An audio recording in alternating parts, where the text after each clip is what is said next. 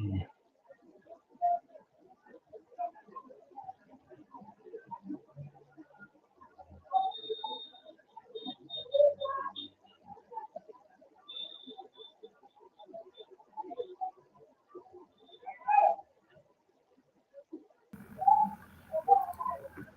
right, Sesi, good evening. Yeah, sorry, the technical issues here has been dealing with us over here. So, good evening, everyone. Today's episode of the Corporate Life Show is going to commence immediately because of our time and the network issues. I do hope our audience can actually pick from what we have to share tonight. It's going to be an interesting conversation as usual. And tonight, we have a special person in the house. Even though yesterday was his birthday, it made the time out for us to enjoy and learn from his wealth of knowledge on the show tonight at the Corporate Life Studio. So thank you very much, Ceci, for joining us tonight. How do you feel about the conversation we'll be having today? Yes, good evening, Makati, and everyone listening online. Thank you guys for having me here. I'm very excited. This is the first live stream, speaking engagement, anything public appearance I'm making for the first time in my new age. So I'm honored to be here. I'm looking forward to the conversation. All right, good to be here. Good to have you too. We are so excited to have you, and we do hope our audience, as you join, drop a comment in the comment section. Let's get to know you. Let's get to meet you. And one thing you would do, because of the importance of tonight's conversation, we would like you to share the invitation link with your friends and family so that they can also benefit from what we have to discover on the show tonight. And you can bet with me a million times that, yes, of course, this topic we're considering tonight is a very important one and it concerns you, especially at this point in time in our nation where things are looking as though nothing is working, but actually a lot can be discussed regarding the situation of the country tonight. But then we are focusing on an aspect that concerns you and I as a professional on the show tonight. Mr. Sesi will be dealing with the questions that relates to what we have in place for the conversation tonight. So, Mr. Sesi, how do you feel about the topic we're considering tonight? We're looking at the topic around politics and how it concerns us as professionals and entrepreneurs. What do you think about the topic we're considering tonight? Yeah, I think it's very important that we discuss about politics, about governance, and about how it affects us as entrepreneurs. Because everything in the country, everything in our nation rises and falls on policies and politics. That's the truth. When I was in school, we did a course in my first year titled Political Economy. Well, it's a compulsory course for law students then, even though we don't want to go into politics, but they made it compulsory that we go to the political science department and we did political economy. So I think that economy is just business, commerce, and industry. But behind every economic activity, no matter how indeterminate, how little it is, there's politics behind it. Politics is not necessarily when you campaign for elections and win elections. What happens after elections are being won? Most of the time, there's still a lot of politics. I remember when I was in school that politics is he who gets what, when, and how. I think that was Vic Mark. I don't know who's one of these scholars, but he who gets what, when, and how. So if you think politics is just about election, getting into power, getting office, you are wrong. Everything that happens every day in our economy in this country, in any part of the world, politics are the heart of that. So it's very critical that we discuss this topic and begin to have a change of mindset, a change of attitude, and start seeing how we can begin to, embrace the reality of what is easily the most important factor that determines our existence on this planet. But I say that otherwise. Mm. Interesting, interesting. Thank you very much. We begin to change attitudes towards politics, especially as professionals and entrepreneurs. And that's the essence of the conversation tonight on the show at Corporate Life Studio. Of course, we are prepared and ready to go and dive into the what? Conversation proper. And as we go on into the conversation, I we have a list of questions for Mr. Sesi today on the show. So we're going to be taking them one after the other.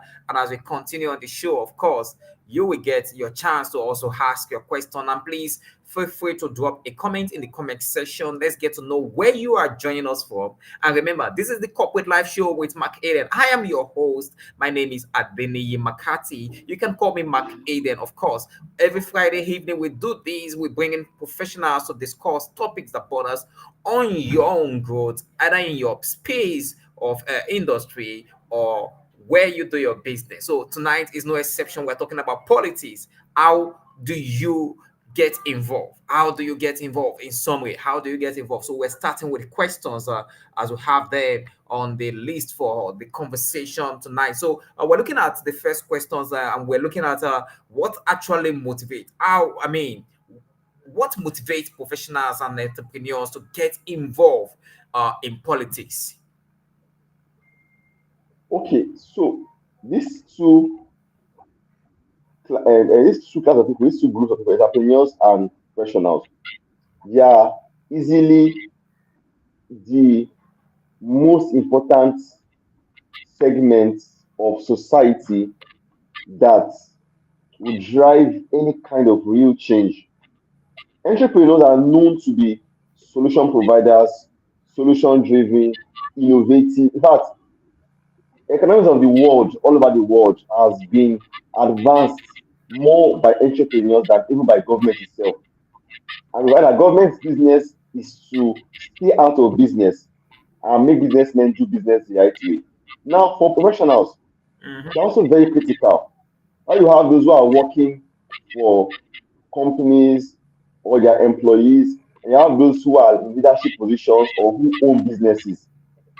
They are the people that constitute the the skilled segment of society. Think about white collar jobs. Those people who are the skilled, I mean, professional categories, the lawyers, the doctors, the architects, the engineers, the finance people. These people, you cannot run a successful economy without their expertise. They are the cream de la cream of professionalism, of excellence, and of what you call, all kinds of professions generally. So these two categories, any government of the day in any country that ignores them does that at their own peril. In fact, by history and by trends, most countries of the world, you realize that most of those people who go into politics, into leadership, into service, public service, is because of the frustration they have experienced in the private sector or where they are working. There are certain things that there are gaps in the system, and that if they are given an opportunity, they can be able to contribute their quota to to enable government to function better, to bring ideas, innovation based on their own years of experience, expertise. They've seen different things work and they experience pain. They want to contribute. So that is why for these two categories of people, it is not out of place to see them in holding political offices. And that is why for those of them who are in the majority, who are outside, who are not in the political offices, it's also important we continue to tell us that look, this thing is not for a small group of people. Anybody who has done well for himself in his professional sphere of influence, or in business, or in entrepreneurship, that person can that person can loan himself to us, like I mean, sorry, in quotes, borrow himself to, or lend himself to us, and let's use you for 4 years, for 8 years. Let's tap into your expertise, how you build this company, how you build this organization, how you build this industry, how you build this thing. Can we tap into that expertise for 8 or 4 years so that it can help us build something that will benefit society? not just your own employees, your own family, your own friends, your own network, but now bringing that solution at scale. That is really what this is about. And that is why most countries, what I said earlier, they would not ignore these two categories of people when it comes to governance, when it comes to politics.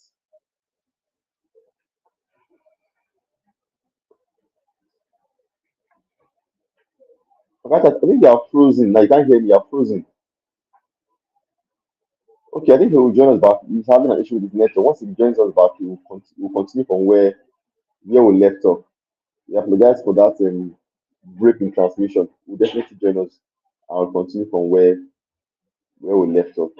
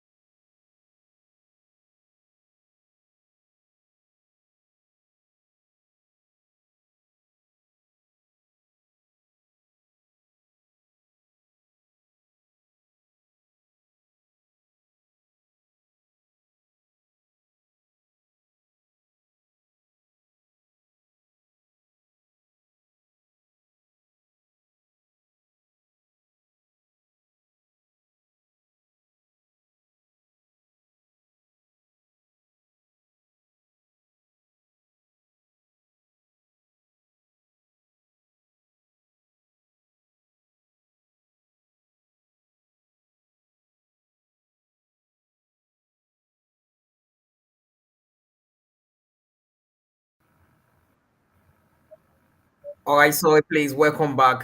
And the network has been wonderful. Yeah.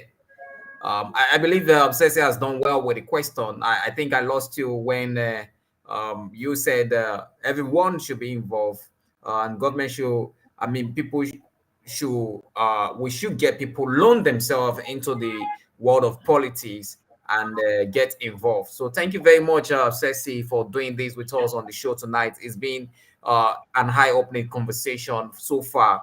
Even though we're just starting the match. I mean, between Ceci and the questions we have for the show tonight. We and holding them how we'll be going to the next questions.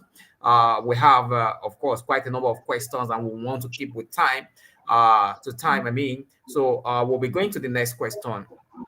So the next question is, how can their expertise professionals, how can their expertise and experiences contribute to, I mean, to informed policies making? Yeah, okay, so that is very straightforward because let me use myself as a lawyer. I'm a lawyer and I practice in Lagos State, Nigeria. My core area is real estate and construction law. And I know as a lawyer, I've seen, in fact, I have cases in my office where have briefed me from Nigerian diaspora on certain issues they are facing buying property in Nigeria from companies. So I can tell you for sure that if they are making a law, for instance, to regulate the sector in Lagos State, I can speak to that law.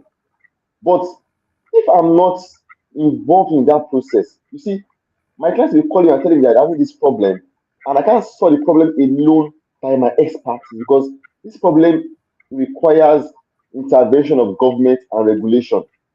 I'm not in the system.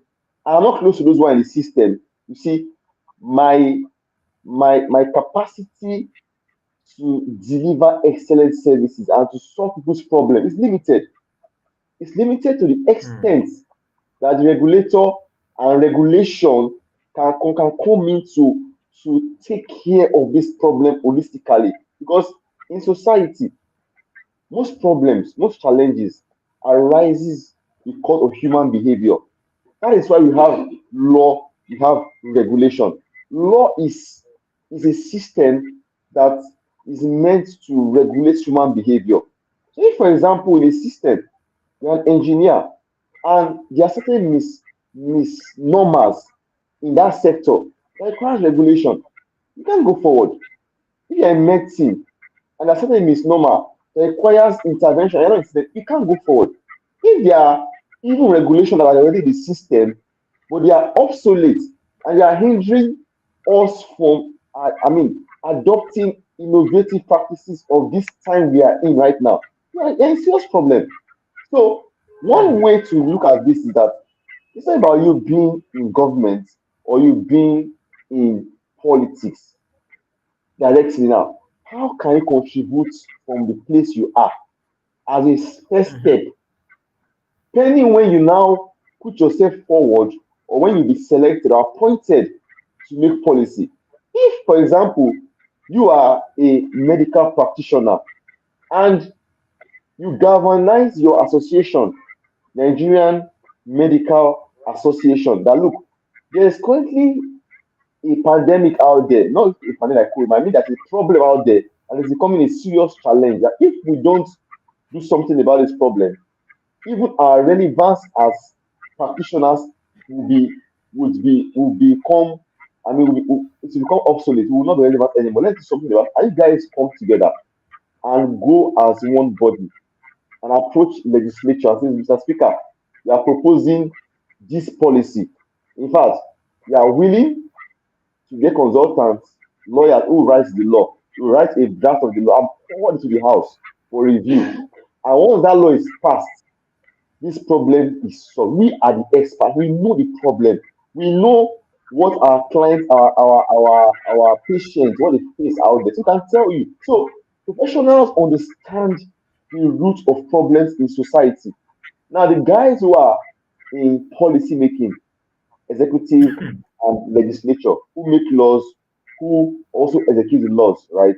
And partly the mhm, judiciary, they understand what is going on. They understand because they are also living in the country that we are all living in. But you see, the people who are actually interacting, practicing the profession, experiencing these challenges, they mhm, are best suited to make informed policy decision. That's why, for example, in Nigeria, you see a body like Nigerian Bar Association having a specialized section called Section on Business Law.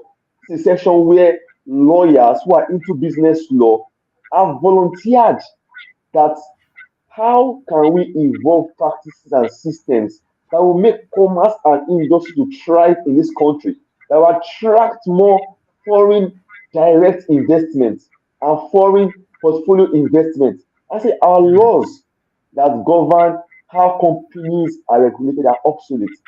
If you don't amend these laws in line with global best practices, you can campaign from now till next year about how your manifesto is good.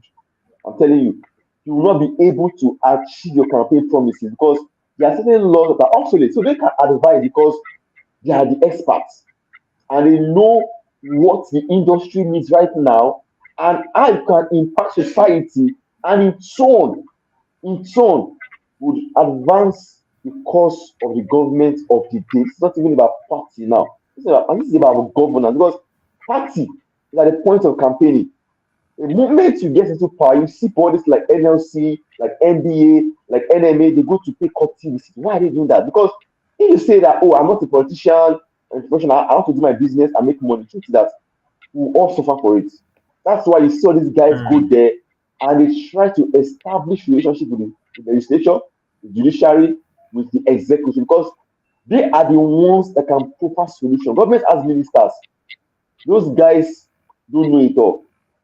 Yes, they get the mm, best of the best among us to go there. But the truth is that when you are there, you see a lot and you are dealing with pressure from government and outside government. But these guys know the latest problem in town now. They know the latest innovation in another country. They know everything. You can tell that, look, We can even tell you a simpler and faster way to execute this policy. And we are even willing to form a think tank for you free of charge. Because mm, if that policy is executed, it has ripple effects. Now, professionals will be able to make more money. Entrepreneurs will be able to make more money. Government will be able to earn more tax and earn more revenue to fulfill its fundamental objective and directive of state policy to the people of the country. So, anyway, you look at it, these guys have a lot at stake when it comes to making informed policy. mm. Thank you very much. That is an extensive explanation to that question, and I just love the way you put it. And one thing that stood out for me when you're making that point is the fact that if you are not in it and you don't have a relationship with those in it, you can never make any informed policies. Okay, thank you very much. We're going straight and we're diving deeper into the conversation. Remember, this is the Corporate Life Show with McAden, and every Friday evening we do this. And tonight, no exception to what we have for you. And we're still talking about politics. And you, as a business person or a professional, how do you get involved to make that change you so much desire and you so much clamor for? So we're going to question three. So the next question is what are the benefits of having professionals and entrepreneurs in political leadership positions? Yeah, so if you put a square peg in a round hole, it won't Mm, work. So square pegs should be in square holes, and round pegs should be in round holes. mhm, Professionals and entrepreneurs, the benefits that they bring to the table is that an average entrepreneur and professional is not a regular civil servant.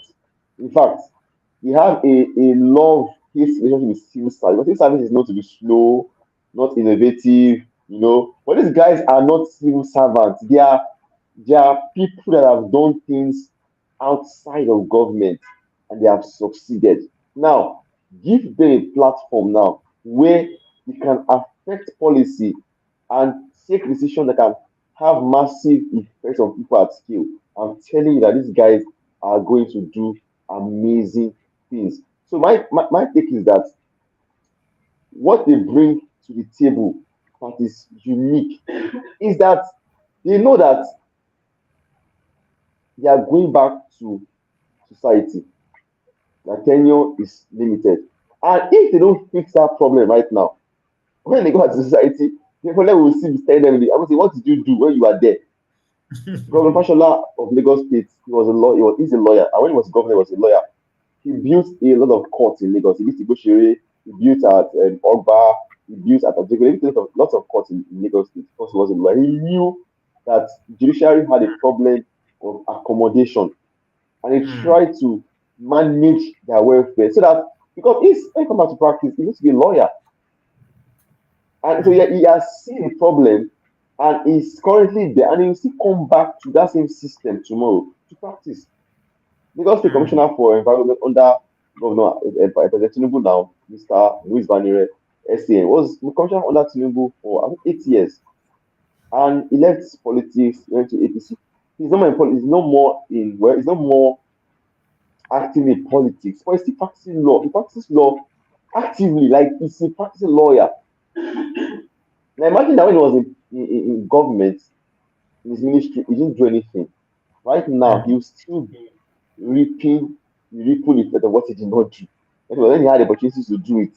So I believe that the benefit is that they are bringing expertise, they are bringing track record, they are bringing excellence, they are bringing ambition, drive, they are bringing, the fact that they have a point to prove that they are not career civil servants and that they have a short time to make impact and there's no in fact I know people that tell me that look when you get to the level of political leadership almost everybody at that level is good at what they do. Most of them they are not mediocre. These guys have been there, they have seen mm, it, they have been there, they have traveled about it, they are widely exposed. So they are bringing a lot of exposure, a lot of ambition, a lot of connection, a lot of innovation because they want to make sure they lead government better than the way they.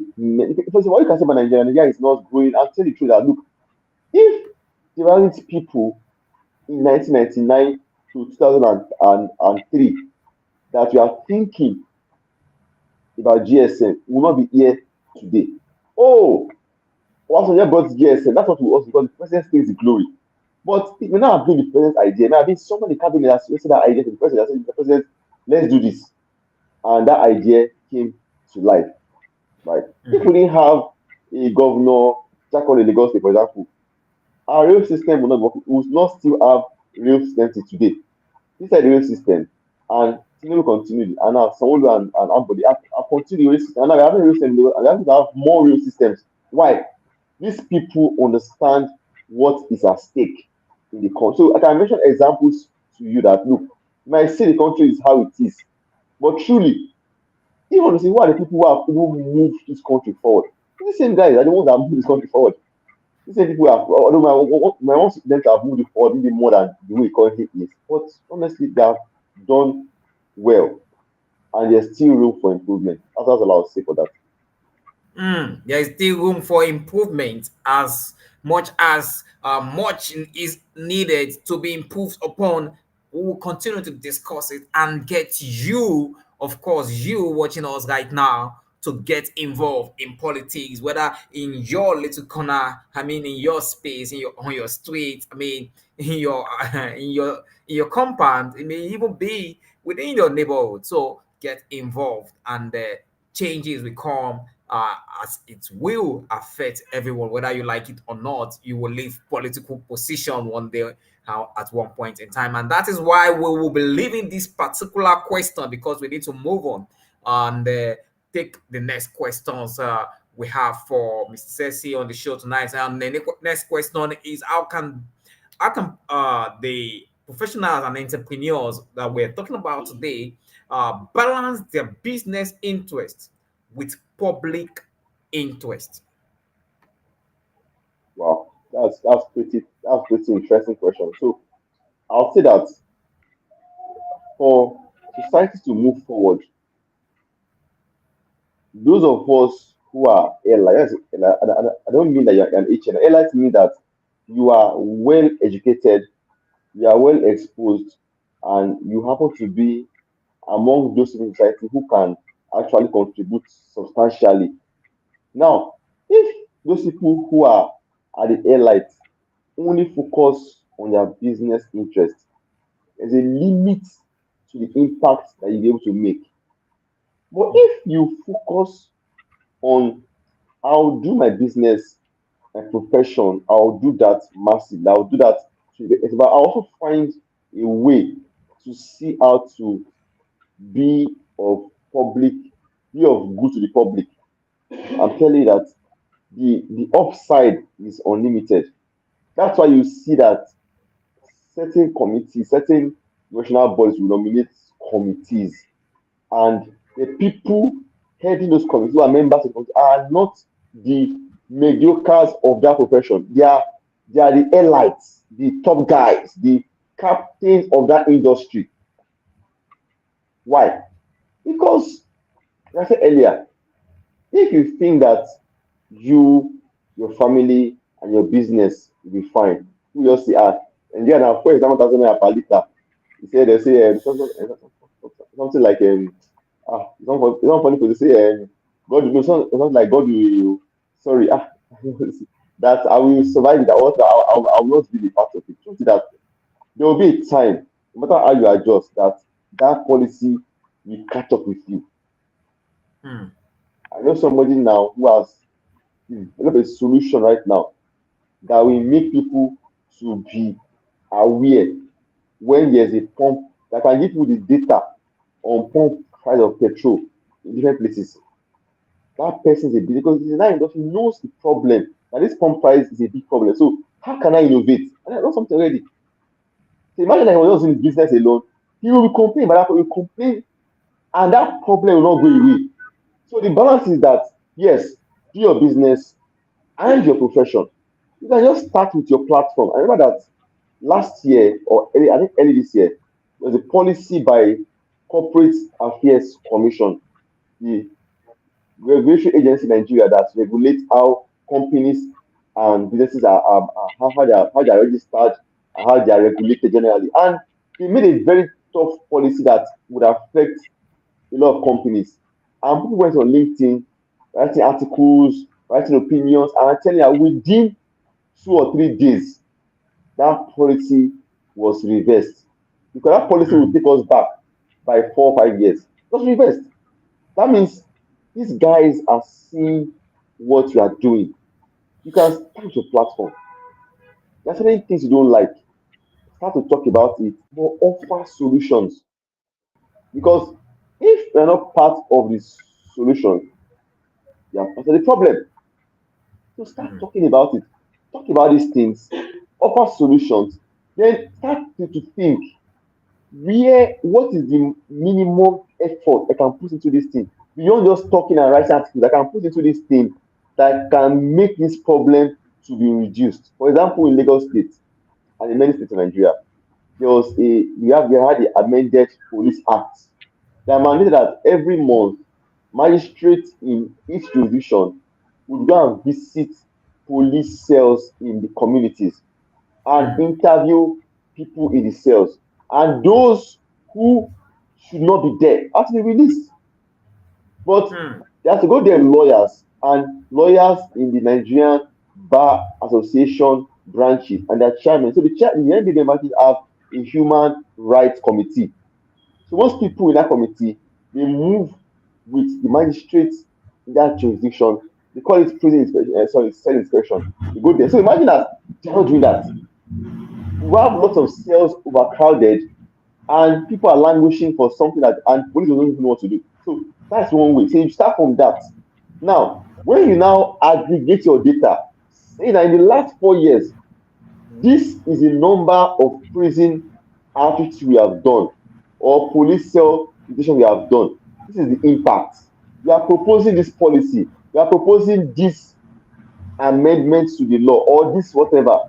They will pay attention. Now, as an individual, maybe all you just do is just to go there 3 or 4 times, attend meetings maybe 2 or 3 times, you are good to go. So, harness the power of the collective over the individual because we are always stronger together. So, if you see your professional body doing something, you can just join them. If you join them, you become one man stronger.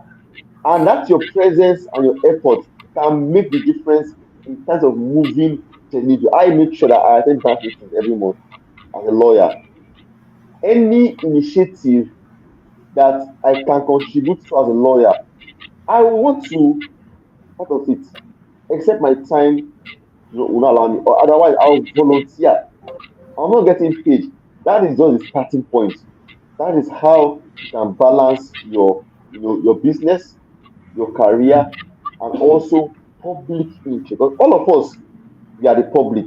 But if those of us who have been privileged enough to be educated, to be exposed, and to be very, very sophisticated, if we don't take the lead, those people are in the majority out there who are not even as bright as we are, they can do very little or nothing to change the situation. mm. Thank you very much. Those people out there who are not as bright as the professionals and the entrepreneurs that we're talking to right now, if they remain in that position and they keep taking charge of political, policies, the change we expect, of course, will not come by such intention. And looking at intention and time, we need to be more intentional with time right now. And so, because of that, we'll be moving on very fast and with the speed of light to the next question. And the next question is, what role can now talking about intention? What role can they play in promoting transparency and accountability in government, either with Yes. direct involvement or indirect involvement?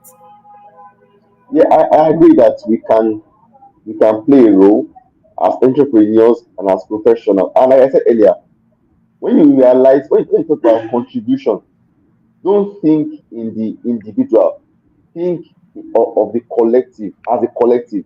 Now, mm, if most of us who are on LinkedIn, who are on Facebook, who are on YouTube, who are on all these platforms, right, we don't say anything when policies are made, or we don't say anything that can make government to be accountable, things will be the way they are.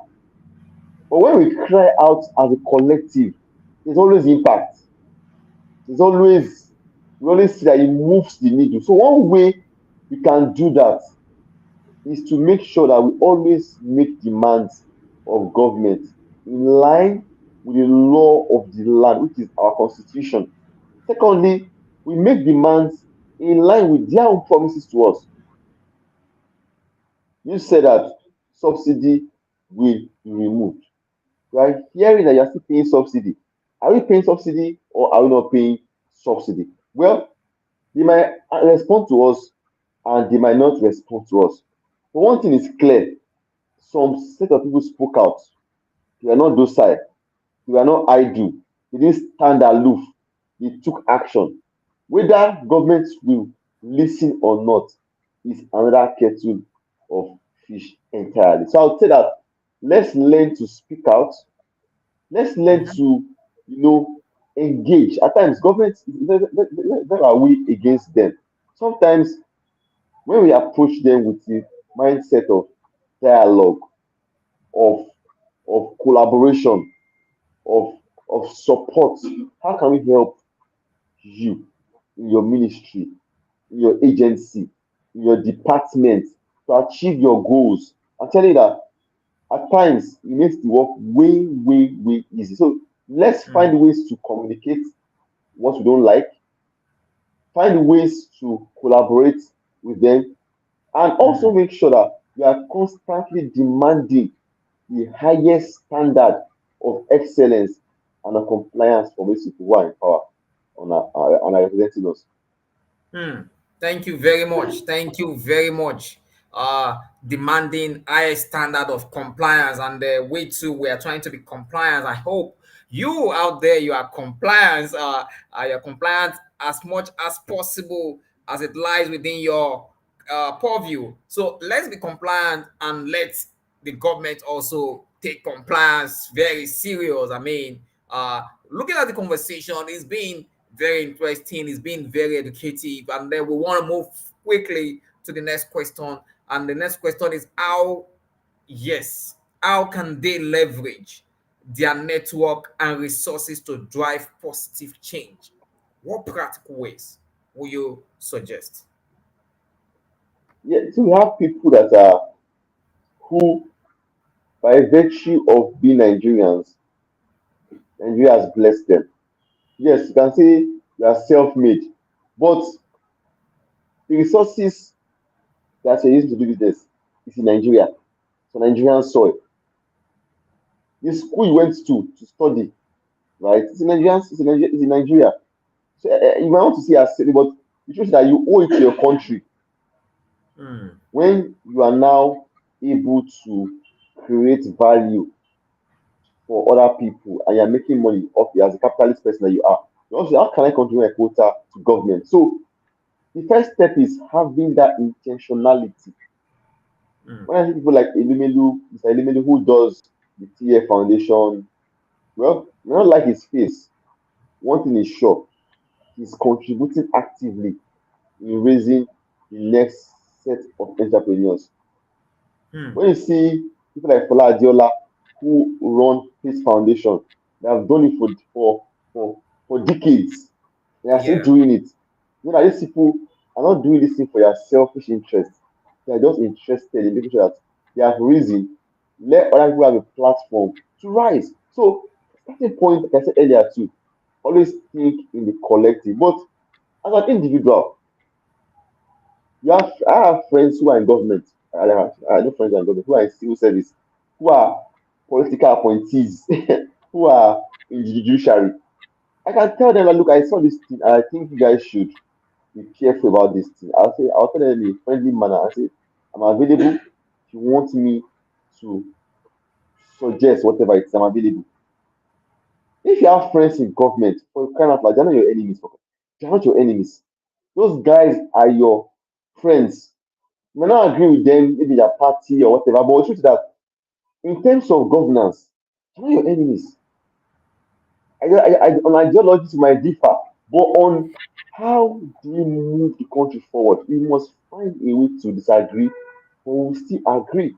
So your Mm, network, people who do you know in your network who are in government or who are in public service, and identify them and start seeing what is that unique thing you have and contribute it to them to make their work easy, and they can deliver on their assignment for the better good of society.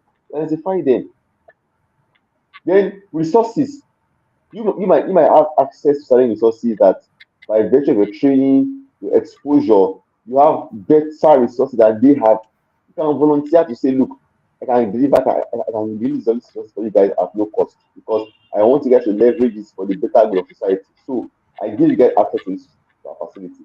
So if you have such people, I mean such resources and network, you must be willing to see how you can harness it, right, for the common good of all of us, not just for your own, well, not selfish, but for your own, for your own narrow interest.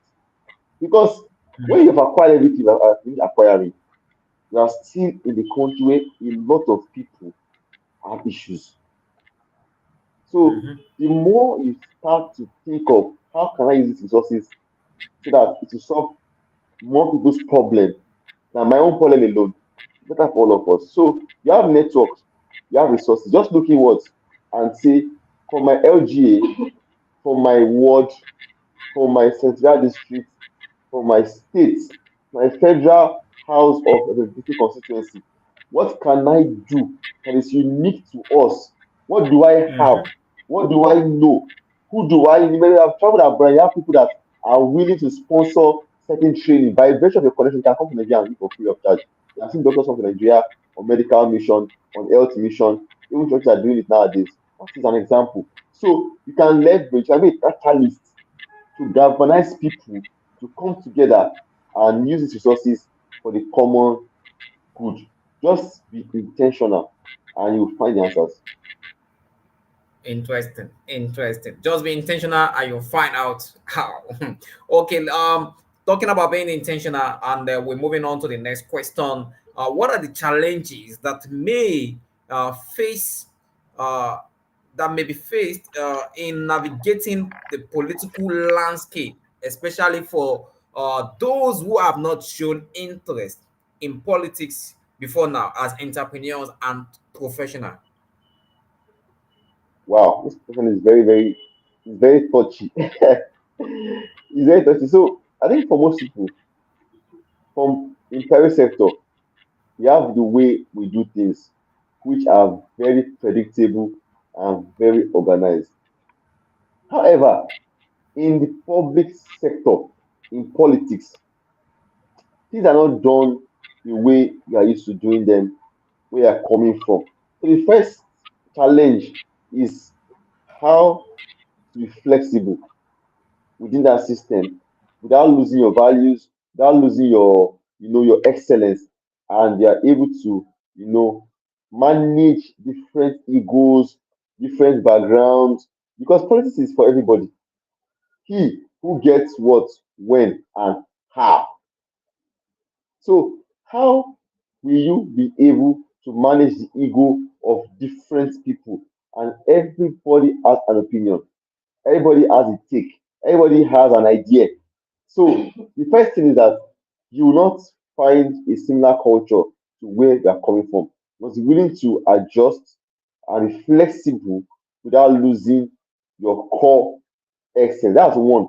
Another one is the issue of merit and excellence. Sometimes the best people don't get, to get the tickets or the slots or the appointment. And because politics sometimes is a game where You have to wait for your turn. I join the party today now. Look how brilliant I am. There are people that say, look, you are very brilliant, but you have people who are even more sound than you are. But they have been here for years. So Mhm. you have to wait your turn. Mm. So that's a challenge. Most people just have an idea, I've done well in service sector, I want to serve, and they are denied tickets. Now they become discouraged and just go into hiding. No. How can you start from where you are? Serve your way up, contribute, deliver.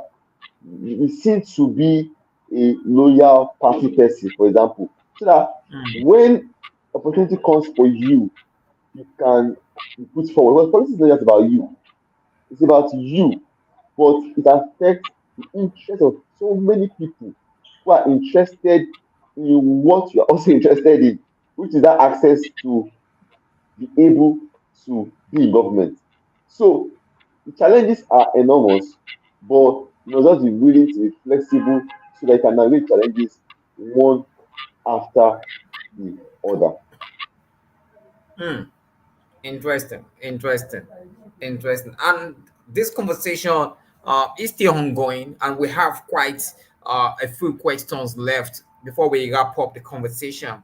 And I do hope that audience out there, you are listening to us, you are joining us, and you are enjoying what you are hearing. Please drop a comment in the comment section. Let's get to know you. Let's know where you are joining us from as we wrap up the conversation on the topic tonight and looking at the way the conversation has been going. It has been step by step approach to expand the knowledge on how you can be involved in politics, whether as an entrepreneur or as an employed professional. So the conversation will continue with the next question. And looking at the next question, of course, to you, Mr. Sesi, is still on how can professionals and entrepreneurs build trust with constituents and stakeholders on their journey to political aspiration. Trust and trust is very, very important because everything we do in life, to a large extent, trust is the currency that we're all trading. And there's this mistrust by those people in some people actually some people in political settings like political parties or political fora or politically inclined organizations, interest group, against those of us who in quotes are seen to be elite, educated and sophisticated. And the mistrust is that they see us that we don't understand things from their perspective. They are the foot soldiers. They are the ones that are feeling the brunt. So there's this mistrust, and one way to solve that problem is to why you want to maintain your class, your standard, your level. You must be willing to come down to the level of those people who are also part of those systems and they have been there for years. They've invested their time, their money, their resources, and because probably they're not as bright as you are, they have not got opportunities, but they're still there, and their decision counts. You must find a way to, to earn their trust. And most times, trust Mm, is earned when the other person realizes that you are not out to outshine them, you're not out mm, to compete with them. Look, you guys might be in this mhm, party and you might not be you might not be CCUS guys, corporate guys, but you guys and I and us, there's little or no difference between us. We're all fighting for the same thing. We all cannot be lawyers, we all cannot be engineers, someone has to be the mechanic, someone has to be the engineer, someone has to be the market person. We are all important. So how do we work together? So wherever you are, don't take a we versus them approach. Take a we and we approach. That is when people will start to trust you. Because in our own society, a lot of the people are not yet educated. So I'm going to America, where in America that they're over, their democracy is over 1,000, it's over, I mean, over nearly 1,000 years. I don't know. It's old. It's hundred of years old. So it's already institutionalized there that the bulk of the people in the party are highly educated and highly informed. So even at that, you see how people who are elites, who are captain of industries. So when you come to the level of someone like who is just an entrepreneur or businessman or career person, there's that thing that this person is a big person. Me, I'm not a big person. And it can create mistrust, can create suspicion. So the first thing, as I said earlier, make sure that you show yourself to be somebody who can relate with people who are who are part of the most vulnerable, the most challenged, and the most who are at the foot of the chain. You can relate with them and are comfortable relating with them in their own environment. For example, that is one.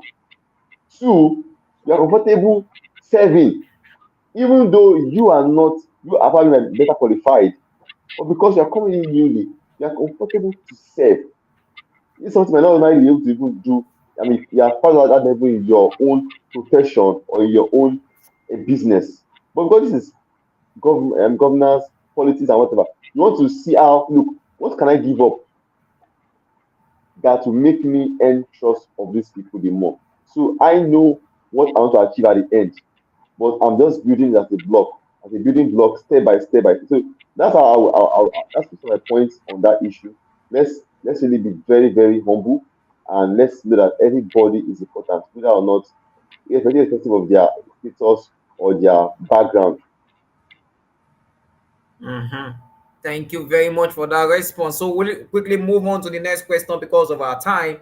And the next question is, what policies or initiative can they champion to drive economic growth and development? Yeah. So for entrepreneurs and professionals, we are the heart of industry, of commerce, of economy. So any initiative that can ensure that more jobs are created. Honestly, that is something that we on this side, as professionals and as entrepreneurs, should be championing the most. But we know what that if these things are done, can reduce the cost of our operations and free up more funds to hire more people that will be able to earn and also take care of their dependent. And we now make more people to come out of the poverty line. We empower more people. So any initiative that involves collaborating with government to ensure that we have more employment. Fantastic. Any initiative that collaborates with government and make sure that we improve the ease of doing business. Fantastic. Any initiative that we can come out with and collaborate with government on very basic things like healthcare, those things are very basic, but people don't have them. And because of our own exposure and background, we can actually solve this problem by collaboration.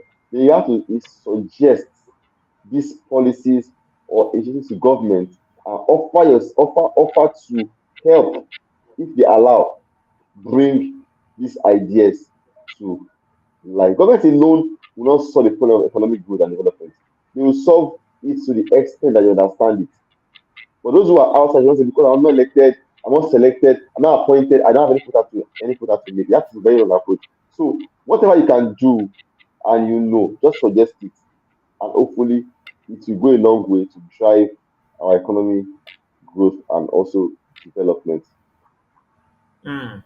Thank you very much. Whatever you know and have capacity to handle, suggest it, and then it will drive. It will go a long way to drive our economy and drive the growth and development of the nation. So thank you very much, Mr. Sesi, for being on the show tonight. And lastly, before we wrap up the official questions we have for you on the show tonight, it's been almost an hour of discussion here on the show. This is the Corporate Life Show with McAden. Yes, I am your host, and tonight with me in the studio, of course, is Mr. Sesi Hundeyin, who is also a property lawyer, and he helps it helps clients with properties issue relating to arguments, and how do you avoid argument with your buyers and sellers for for a peaceful transaction. So you can always reach him. He's always there. He's popularly known on LinkedIn with his LinkedIn name as Mr. Or is that not a Investor Jimmy, Profe- Professor Jimmy Abi? inve- Yeah, investor Jimmy, that's the Investor name, Jimmy, Investor Jimmy. Investor Jimmy, Mhm. Investor Jimmy. So you can always reach out to him for more information about property law, property purchases. What are the things you need to know? And then maybe in the nearest future, we'll bring him back here to the studio again. Let's talk about property and what you need to watch out for as a That'll be buyer nice. or a seller. There are a lot of That'll be things on fantastic. that in that regard, I'm sure, and he'll be so excited to deal with questions. It will be an unending conversation on such a day. But tonight we're coming to the end of the conversation with the last question for you, Mr. Sesi, on the show. And the last question is what sorry, that's not the last question. I think the last question, how can their involvement, that's the entrepreneurs and the professionals, how can their involvement in politics foster collaboration, and partnership with government? How can that be obtainable? I say that it's how can the involvement in politics foster collaboration and bipartisanship? So it's quite straightforward because if you are involved in the process by which we get what we want, when and how, trust me, the mass of the people's interest will be protected because these guys are not in government for their own selfish interest alone. They are seen how to better the lot of the majority. So our involvement, how you can foster collaboration, is that certain things that governments might not be totally equipped to do. They have they have the resources, they have the structure, but sometimes the depth of human resources by way of ideas, by execution, might not be able to find it in government alone. You need people who come outside and people who will just from outside. Like we all know Mr. Taiwo Oyedele, our tax leader, that was formerly of PwC, who was appointed by the president as as a chairman, as to chair a tax reform committee of the federal government, and is making lots of reforms, recommendations, which will eventually translate into laws, be amended, and our tax system will become more effective and more efficient. Now, this kind of person has to collaborate with politicians, non-politicians, everybody across board. So before we even get into political pieces, before we even get into political parties, let us cultivate the habit of consensus building. Let's cultivate the habit of bipartisanship. Tell people that look, after elections are over, everybody in government, whether they're my party that I voted for or not, they are my partners. I may not agree with their ideology politically speaking, but now they're in government. It's either you accept the reality or you accept the reality. They're in government. So can we find ways to build consensus, to extend the handshake, to build bridges? And you don't build bridges every time by pulling down. You build bridges by bringing together. So I said that you might not want to do it as a party, but as a party, you are supposed to oppose the other party, right? And to counter what they are doing, what they are saying. But you have other fora. I think politicians, like I told my friend, I saw that was on Monday when on my office. So my friend, I said, look at last week or thereabout, the country lost the mother of former President Umaru Yusaya Adua. She was, I think she was over 80 or 90 years, And we had the entourage that went to visit her. We had the vice president of Nigeria. We had the last presidential candidate of a major party in Nigeria at that time. And other across different, if I two of them and that two of them who can run for president, we were in that entourage. And these guys went as federal government. No, I think they went with the vice president. I don't know, they went. I saw them in the same bus. I was shocked. Wow. So it tells you that while we disagree on ideologies, on how these issues are being tackled, it doesn't stop you from no reason whatsoever from collaborating or even sharing an idea with the other party, the other person. You can ask my political party always say what should be the alternative to what government is doing. They say it open that if we are the ones in power, we would have done this. So I see lots of Twitter fighting, banter. We don't need that. Yes, if you're in a party and you believe in your ideology, it's fine, stick to your ideology. But if there are ways we can do things together, let's even attempt to see how we can come together for the purpose of the common good of all of us. Pending when your party is now the party in power. You can't just say because we're talking about our leaders before. No, you must find ways because nations emerge. That's what this man said on LinkedIn, Professor EDBC.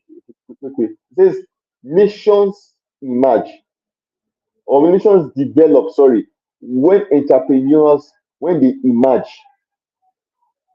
So imagine like Dangote now refuse to emerge because it believes that the people in power, people in government, people in politics, they don't, I mean, you can't do anything with them. It will not have emerged.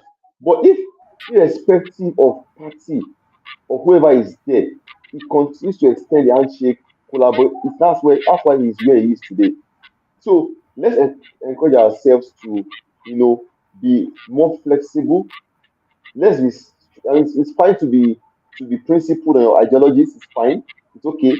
But sometimes you have to be flexible so that you can achieve the result for that will be in the interest of the majority of us and not the other way around. Thank you very much for having me, Makati. Thank you very much. It's been a conversation. Thank you very much. It's been an interesting one, and I must confess, it's been an educative one on the show tonight with you, Sesi. Thank you very much, and we appreciate you here in the studio. We appreciate you so well for these times shared with us on the show. I mean, where else can you get this kind of value pack information? If not on the Corporate Life Show with McAden. And with this, we've come to the end of the conversation. But before we go, usually I start with this particular question on the show before we dive into the question because of the way things came up tonight. I have to pen that. And let's help our audience before we go, lastly, with a proper perception of what politics should be. So, in a simple word, in your own word, not dictionary word, not Cambridge, not England, not anything. In Ceci's word, how will you define politics and political involvement by professionals and entrepreneurs? It's very, very simple. Service, service. Hmm. But service, knowing that you need platforms, you need Hmm. institutions, you need access to certain kind of, you know, political power.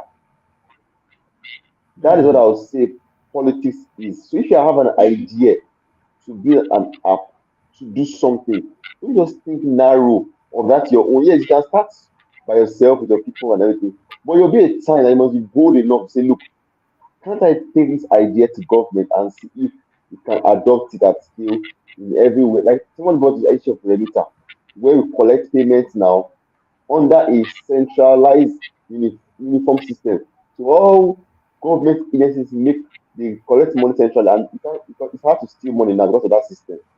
If the person that built that application refused to offer to serve on a higher level, which will require collaboration, require lobbying, it require consensus building, it require a lot of that ordinarily he will not even want to do. But he has taken that bold step, he'll be greatly rewarded for that service he has done. So it might look commercial, it is. But every business, every problem that we solve in life is a business. When you solve problem Mm-hmm. and you get value, you are bound to be paid for it.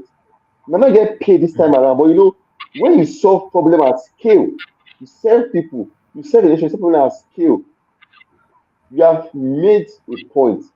And the point is that you have given people more opportunities to even solve more problems because you have solved a problem that has removed certain limitations from people to do more things faster and better. And as a result, there is more productivity in the society and we can now do much together. So I'll say one word: politics, political involvement is service. You will not get anything directly for yourself, you know, compared to when you have to work for yourself. What you can get for yourself might even be more. But because of your service, your volunteering, and your efforts, you're even, you are not able to take advantage, maximize opportunity you should use to make money. But the upside is that that service, if it works out for you, you have a better leverage. Not just you now, but people generally, and it reduces the burden on you as a person because you are just one person. It reduces the body, and society is just better for it. So I let everybody on this call who's watching this live stream determine that wherever you are going to do something, no matter how little, with other people. What you do for yourself by yourself and in your office and everything, your company is narrow. The impact cannot be measured. And when you decide to do something, that the impact will be on most people in society who cannot even pay you back, Mm. but they will feel the impact of that policy because some people decided to sacrifice so that the majority can benefit. If you can see politics like this, you won't say it's dirty or it's politics is just very, very wide, extremely wide, and there's a part of it you can fit into. If yours is just to be advising these people on what to do, and they know that when they want advice on something that this guy is resourceful, they'll call you. If yours is to volunteer, look, I can do this, I can do that, I can do that in this area, and I don't want to collect a penny. As far as the impact is felt by the majority, that's politics. And that's also political involvement. Now, the person you're serving now gets into power. They want to bring her along to say, look, come with me. This guy has been working with me for years, and I'm comfortable with this person. Let them come and serve with all the ministers and ministers. They have people that they call technical advisors. These are industry guys that their core is just professionalism and entrepreneurship. They're not government to even hold offices. But the minister cannot deliver alone. Who says that the person you are trying to support now, assist, and collaborate with tomorrow can be a minister and will need you at a closer level where that your efforts can have more impact on the nation beyond you, your family, and your street. So let's see policies like this and let's be very intentional. Everything we do, everything we say, opportunities that come across our way, let us see how we can add value. It's that kind of spirit, that attitude, that mindset that makes it easy. That when you see an opportunity to do that large scale, you will not fumble because this is who you are. And everybody cannot do it. So those of us who can do it, who are already doing it in our companies, for our business, our bosses, let us try and see how we can do it in platforms where they won't pay us, but the impact will reach people who don't even know us, will never know us, but Mm. yet they will see that there was an impact, and some people are the ones who are the forefront of this particular impact. Thank you very much. Thank you very much. Thank you. I can see the passion in you, the way You explain that. I mean, I don't need to add anything to it, and I believe the audience are, they've captured and they've understood your explanation. Service and selflessness. That's the word. And with this, for your service and selflessness, being here on the show with your time and your resources, we at the Corporate Life Studio want to say a very big thank you for being here with us. And we say a big thank you. Thank you very much for being here. Thank you. We appreciate you, Sesi Hundeyin. And remember, audience out there, you can always reach out to Sesi Hundeyin on LinkedIn, on Facebook, on YouTube, on Instagram. And he just launched a YouTube channel. I think you should follow him. Conversation, real estate and property conversation, right? With Sesi Real Hundeyin. estate law conversation. That's it. Real Real estate estate law conversations. law Law conversation. So conversations. Yeah, on YouTube. please, on YouTube. Please try to search out Sesi Hundeyin Real Estate Law Conversation, and you will get more insight about what he shares and what he has to offer. And he's doing this, remember, for free. All right. So this is where we call it a night on the show. It's been a wonderful one. It's been an interesting one, and we say thank you to everyone who joined us on the show tonight. As usual, my name is remain Adeniyi Macarthy. I remain your humble host here on the show at the Corporate Live Studio. And next week, when we see again, please remain blessed and have a wonderful night. Bye bye for now.